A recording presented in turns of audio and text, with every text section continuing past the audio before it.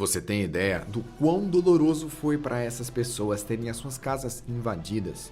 Elas não foram invadidas por uma coisa normal, ou por uma coisa que simplesmente pode ser contornada de alguma forma, de alguma situação. Elas foram invadidas. Elas foram invadidas por coisas terríveis, que a humanidade sempre temeu, mas na verdade eles nem sabiam como eram. Eles nasceram e cresceram durante a paz, no período em que as muralhas estavam inteiras. Muitos deles sabiam só por histórias, fábulas e desenhos como eram os titãs. Zumbis, praticamente imortais, que só morrem se forem atingidos na nuca e se forem atingidos com força. Todas as partes do seu corpo podem se regenerar e eles são completamente famintos. Não é uma fome normal nem uma fome humana, é um desejo insaciável de devorar humanos. E eles estavam em paz, eles estavam vivendo sua vida no campo, plantando, colhendo e sobrevivendo ali de forma bem pacífica. Mas o dia que a muralha foi rompida, tudo isso acabou. O sofrimento começou e já não dava mais para ficar em paz em nenhuma forma. Já não era mais possível viver de uma forma normal. Os sonhos acabaram, a determinação acabou, a força de vontade acabou. O que dava para fazer contra aquilo? Sem treinamento, sem equipamentos, sem tecnologia, sem conhecimento. Eles não sabiam o que era aquilo, de onde havia vindo aquilo e nem como se defender, nem ao menos como fugir. Não havia para onde fugir dentro das muralhas. Eram apenas seres vivos, apesar de humanos vivendo em gaiolas, gaiolas apertadas. O maior problema aqui é não existir uma saída, não existir um lugar para conseguir se esconder. Aonde quer que você vá, um titã irá te encontrar. Porque eles conseguem sentir você. Não pelo cheiro, não pela visão, não pela audição. Eles simplesmente sabem onde você está e eles vão te encontrar. Quando as pessoas eram encontradas, você já sabe qual era o destino delas. E não importa o quão sábio essa pessoa tenha sido. Não importa o que ela tenha feito, nem quão boa ela tenha sido. Ela vai ser devorada. Os titãs não se preocupam com as trivialidades do mundo humano. Apesar de já terem sido humanos, eles não têm uma consciência. Eles estão instintivamente determinados a acabar com as vidas. E o sofrimento que começou esse dia foi uma coisa inimaginável. Aqueles que sobreviveram, posso dizer que sofreram mais do que aqueles que se foram. Porque aqueles que se foram, sofreram, mas sofreram no momento. Sofreram o medo, sofreram a dor, sofreram a agonia e o pavor do momento, mas aquilo acabou. Eles puderam descansar.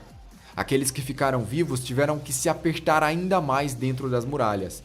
E no interior das muralhas houve uma superpopulação, uma lotação de pessoas que fez com que elas tivessem que dividir os alimentos. É claro que naquela época as pessoas viviam em paz, mas essa paz foi rompida. E a comida que era abundante, com esse grande número de sobreviventes indo para lá, ficou escassa. Dividindo os recursos igualmente, sobrou um pão para cada um. E era esse pedaço de pão mofado que você deveria comer o dia todo. Isso deveria sustentar e alimentar uma pessoa sobrevivente, sem nenhuma perspectiva de melhora, já que a muralha foi tomada. A Muralha Maria era a maior de todas elas. Ela cobria uma grande área de terra e várias fazendas. Lá havia gado, plantações e vários recursos naturais que eram enviados também para o centro da muralha. Agora tudo isso havia sido perdido. O povo espremido e sem saber o que fazer, caiu no desespero e começaram a lutar entre si. Eles discutiam e logo o preconceito veio à tona. Aqueles que tinham vindo com os sobreviventes começaram a sofrer preconceito daqueles que estavam mais no interior das muralhas. O governo e a liderança já não sabiam o que fazer com a superlotação de pessoas e uma crise era iminente. Logo, aconteceria uma revolta. E os superiores, pensando em contornar isso, se reuniram e tiveram uma ideia cruel, que resolveria o problema. Eles resolveram inventar uma notícia falsa, uma mentira, uma história para fazer com que as pessoas não se revoltassem. E nessa história, eles resolveram contar para o povo que a muralha havia sido recuperada, que eles poderiam voltar, que estava tudo seguro.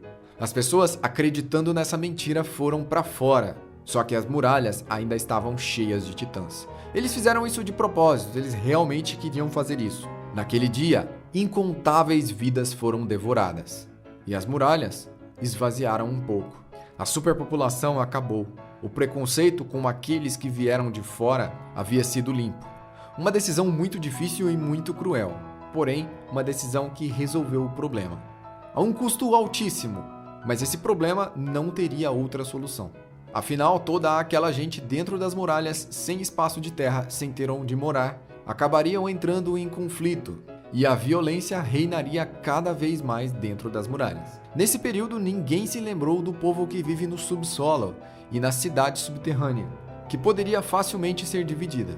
Porém, lá a pobreza é extrema, e as pessoas que vivem lá geralmente são marginalizadas de toda a sociedade. O mundo embaixo das muralhas é cruel, mas sinceramente é melhor do que a morte. A ausência de sol faz ser muito difícil o cultivo de qualquer tipo de planta e até a criação de animais. Pouca coisa sobrevive lá embaixo e as doenças reinam. A fome e a miséria são terríveis. E o povo de dentro das muralhas mostrou que é muito guerreiro para sobreviver. É claro que, como em qualquer mundo, lá o poder está na mão de poucos. E poucos têm muito dinheiro, muitas terras e muita comida. E eles não estavam dispostos a dividir com ninguém. Algumas famílias nobres tinham extensões de terra enormes, com centenas de alimentos e recursos naturais que eles não usariam nem se vivessem mais 100 anos. É a família nobre de Rod Reis, que na verdade era a família real. O rei se escondia como um nobre e tinha vastas extensões de terra, mas nós sabemos que ele não era o único. Existem outros nobres também, com tantas terras e tanta riqueza quanto ele. E eles apenas se mantiveram recebendo notícias de que o povo estava sendo devorado e enchendo as suas próprias barrigas de comida. A nobreza, a riqueza e a realeza não se moveram. Eles simplesmente se reuniram e ordenaram que as pessoas mais pobres fossem devoradas por titãs apenas para que eles conseguissem continuar no seu luxo, na sua exuberância e esbanjando toda a sua comida em manjares e em banquetes. Banquetes gigantescos onde eles se fartavam e jogavam o resto da comida fora. O sofrimento do povo de dentro das muralhas não foi algo comum, foi algo terrível, foi algo tenebroso. Eles viveram situações de medo, de pânico, passaram frio e passaram fome. O abalo psicológico de todo aquele pesadelo que começou aquele dia, todos os entes queridos, todos os amigos, todos os conhecidos que foram perdidos, as casas que foram destruídas, os bens materiais, todo o apego físico foi detonado por uma horda de titãs, que simplesmente levaram tudo o que o povo tinha. E se você consegue realmente imaginar como é o sofrimento do povo que vive dentro das muralhas, você deve pensar como isso deve ser terrível. Como é a sensação de fome, de frio, de medo, de não ter um lar para voltar, de não ter a quem pedir ajuda, o desespero e a luta constante para sobreviver. Não para viver algum luxo ou para comer alguma coisa especial, apenas para viver o dia de amanhã. Apenas ter água ou um pão mofado para viver o dia de amanhã. Esse é o desespero das famílias que foram atacadas em Attack on Titan. E esse é o desespero real de algumas pessoas no nosso mundo. Quando nós contemplamos a obra Attack on Titan, nós também podemos ver a realidade que existe em alguns lugares. Existem pessoas no nosso mundo passando por situações semelhantes. Existem famílias que dependem unicamente da nobreza e das pessoas que têm condição para sobreviver. E se quando eu estava falando dos nobres se fartando em comida e os pobres morrendo de fome, se você sentiu raiva deles, eu gostaria que você não fosse igual eles. Existe muita gente precisando de ajuda. Se você pode ajudar, eu vou deixar um link de uma instituição de caridade aqui na descrição desse vídeo. Se você sentir que pode ajudar, ajude. Se você sentir que não pode ajudar, apenas compartilhe esse vídeo. Se nós pudermos, de alguma forma, nem minimamente que seja, melhorar a vida de alguém, isso já nos torna pessoas melhores. Eu sou o Joel, eu vou ficando por aqui e até a próxima.